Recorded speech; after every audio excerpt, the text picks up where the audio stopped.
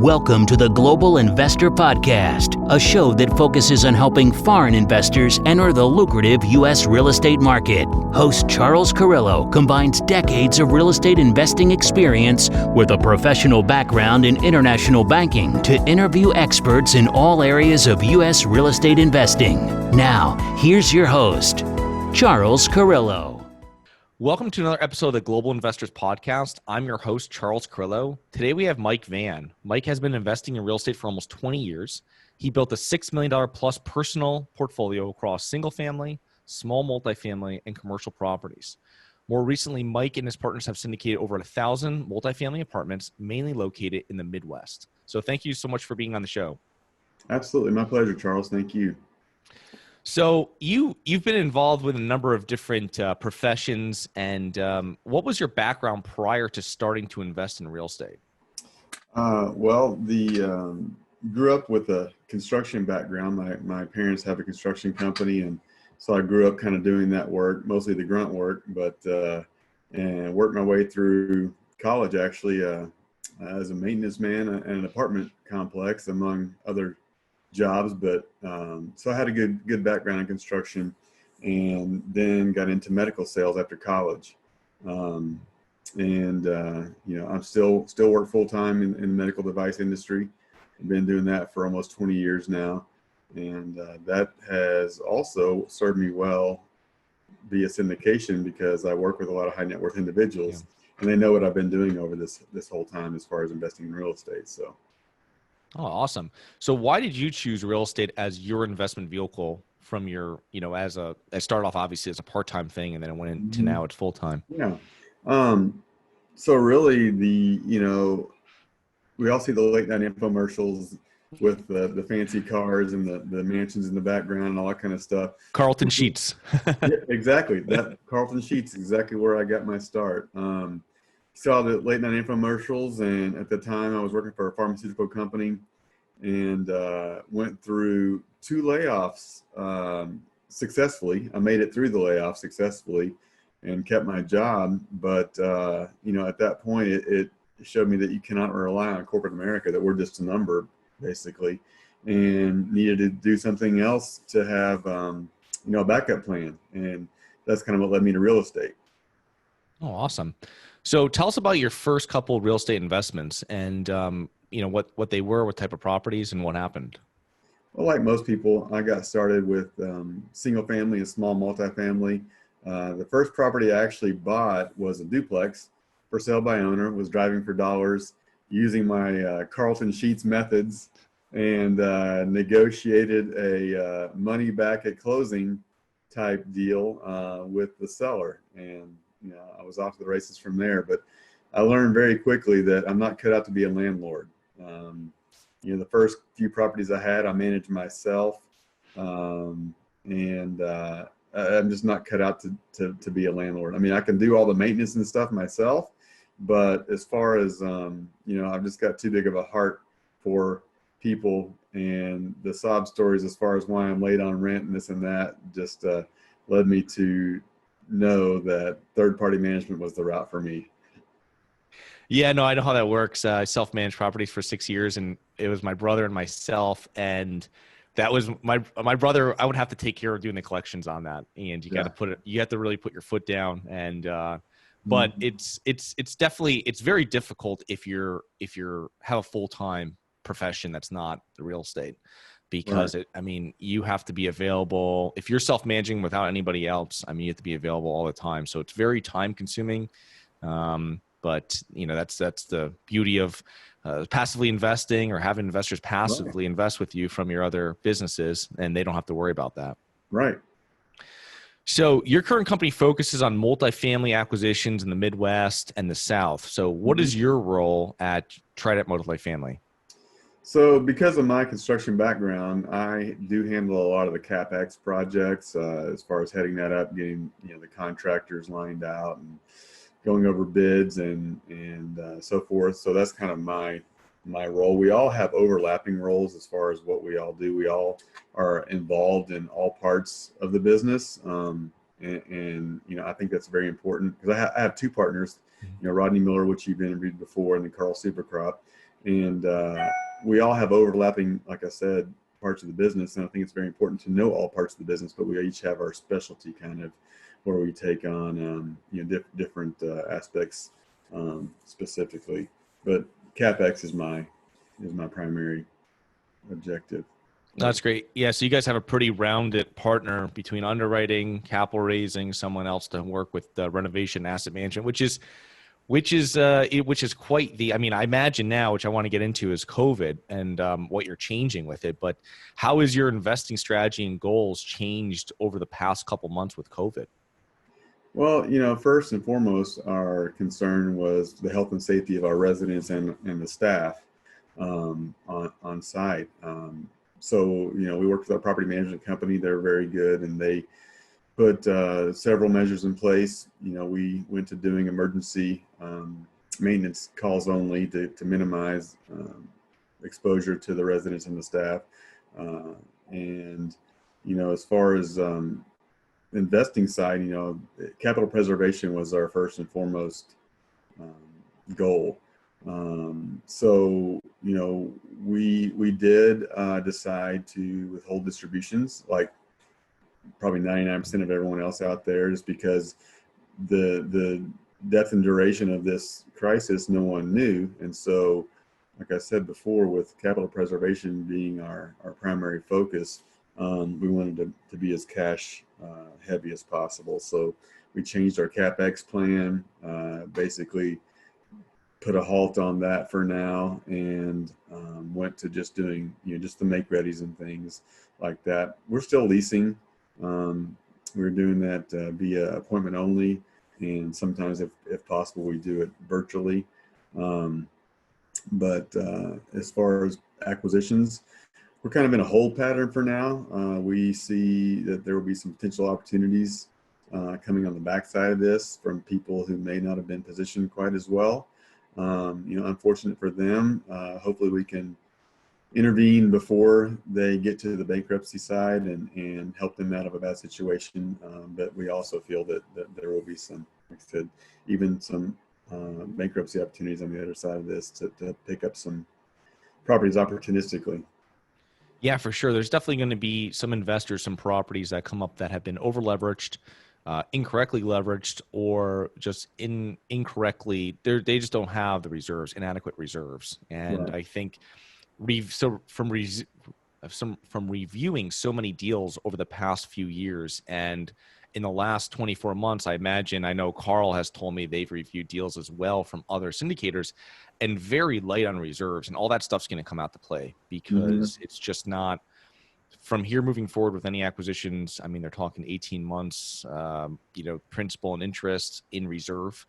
And then they have now no one was raising that for the most part for other properties, right. Reserves. It was all 6 months or something. Right. So, right. And that makes deals, with the new reserve requirements, that makes most deals not pan out from a syndicator standpoint. You just can't hit your return metrics with having to hold 12 to 18 months of reserves in cash. Yeah. So if we get a little dip in price, though, maybe that makes up for it a little bit. But at the currently, it's not.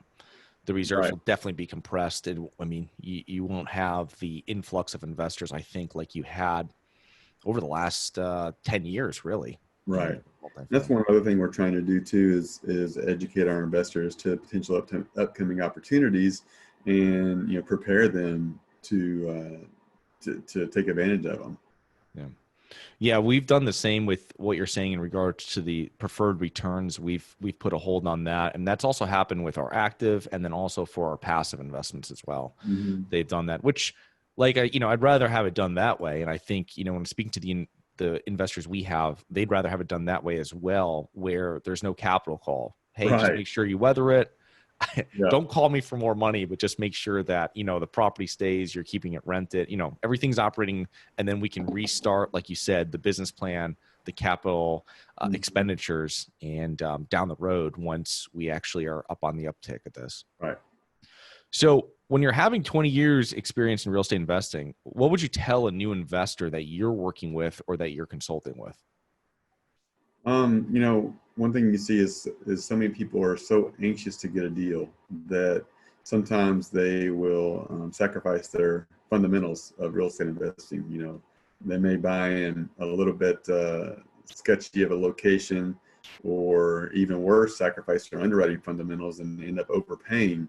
And so I would just say, you know, be patient and don't be so anxious to get a deal, but get the right deal. Mm-hmm. Yeah, no, I agree with that. I imagine you have investors bring you deals. So are they just, when they bring you deals, do you see the underwriting is just very aggressive in the sense that they're saying rent, you know? Yeah, rent projections, you know, rent increases, they're projecting, you know, 3 to 5%, sometimes regardless of market, which is very, very aggressive. The reversion cap rate, which, you know, we all know is kind of a best guess, but, you know, you'll see people underwriting a reversion cap rate maybe 20 basis points over what they bought it at. You know, we try to use a full 100 basis points over our going in cap rate at a minimum 0.5, you know, 10 points a year for our average 5-year hold, but we try to go a full point at least on reversion cap rate.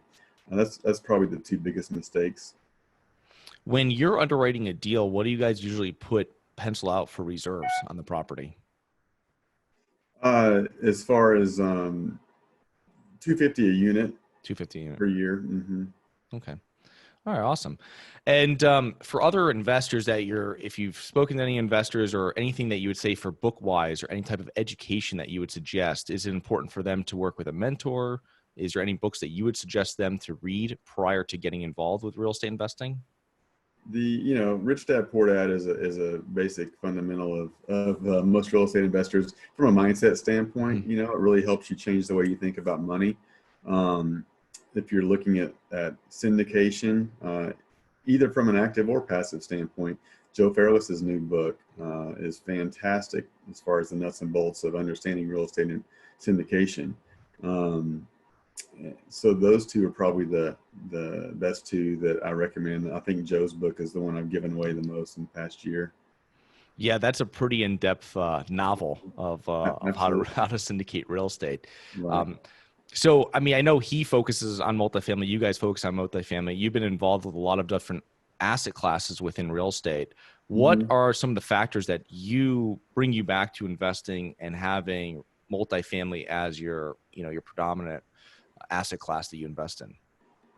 Well, primarily it's, you know, not the numbers. I mean, you're dealing with larger numbers. You have, you know, more doors under one roof, so to speak. Yeah. So the scale is really what brings you back to multifamily over single family and small multifamily.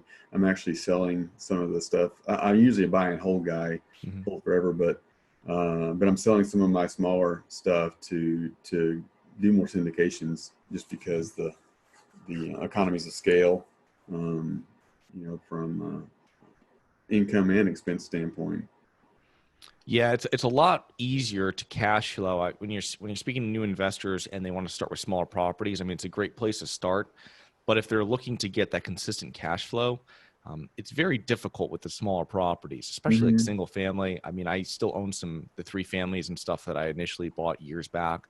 I mean, you can get money out of them, but consistently, even in one of those type of properties, you have one unit leave or you're making make ready on one of them. I mean, you're not taking any money out of that property, and it might not be for another two months or something like this. I mean, a simple illustration I tell people is like, look, if you have a single family versus even a duplex, if someone moves out of your house, you're 100% vacant. At least if someone moves out of your duplex, you still have 50% occupancy. So that seems to click immediately for most people when they think about it that way. What type of commercial properties did you start with initially? You said you were doing that with your small multifamily.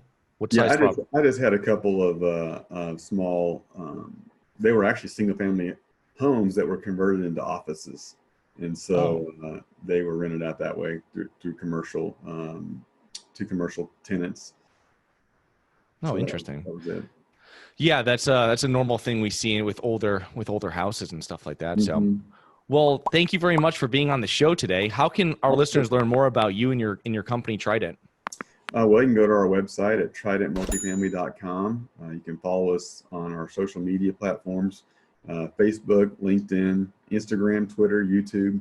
We try to hit them all. And then coming up soon, we'll have our Trident Multifamily School that will be launching through our website just to educate people on multifamily investing from either an active or a passive standpoint.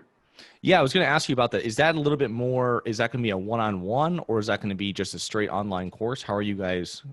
Primarily, we wanted to put it out there simply just to educate passive investors, because a lot of people that we have coming into our deals are friends and family or people that we meet at different events and so forth. They learn about what we're doing and the returns that we can provide, and don't know anything about how to invest in real estate. So instead of going out and having them read Joe Fairless's book, we wanted to put together a few videos to explain the nuts and bolts of it so they can gain a better understanding of it. So yeah, that was the primary focus of it. We may eventually, roll it into something more in depth and all that, but primarily just as a giveaway or a free tool to educate passive investors.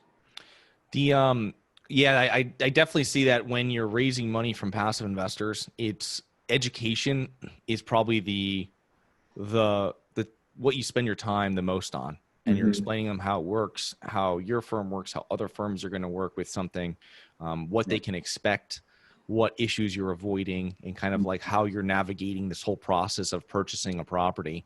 And especially like you said, with the larger multifamilies, yes, it's much easier on the scales of economy, but there's a lot more underwriting than when you're just dealing with, a 3-family or a single family and you have one lease and, it's very simple. It's a whole different underwriting strategy. Well, and not to mention, you want people who are going to be investing with you to be educated from a standpoint of, it's a lot of money. I mean, that they're putting at risk, because it is a risk. I mean, even though real estate's a fundamentally sound investment vehicle, there's always a risk associated with that. So you want them to understand all the ins and outs and upside and downside of that investment risk. So, like I said, we try to educate through all of our social media platforms as far as what it's all about. But this is a tool we're developing to really get into the nuts and bolts all in one place, so people can truly understand it and be educated whenever they do make a decision to invest with us. Okay. Awesome. Great. Well, thank you so much. I will put all the links pleasure that you mentioned earlier into the show notes on YouTube and the podcast. So thank you very much, and looking forward to connecting with you in the future. Absolutely, Charles. Thank you. Thanks. Hi, guys. It's Charles from the Global Investors Podcast. I hope you enjoyed the show. If you're interested in getting involved with real estate, but you don't know where to begin, set up a free 30-minute strategy call with me at schedulecharles.com. That's schedulecharles.com. Thank you. Thank you for listening to the Global Investor Podcast. If you like the show, be sure to subscribe on iTunes or Google Play to get new weekly episodes. For more resources and to receive our newsletter, please visit globalinvestorpodcast.com. And don't forget to join us next week for another episode. Nothing in this episode should be considered specific, personal, or professional advice. Any investment opportunities mentioned on this podcast are limited to accredited investors. Any investments will only be made with proper disclosure, subscription documentation, and are subject to all applicable laws. Please consult an appropriate tax, legal, real estate, financial, or business professional for individualized advice. Opinions of guests are their own. Information is not guaranteed. All investment strategies have the potential for profit or loss. The host is operating on behalf of Harborside Partners Incorporated exclusively.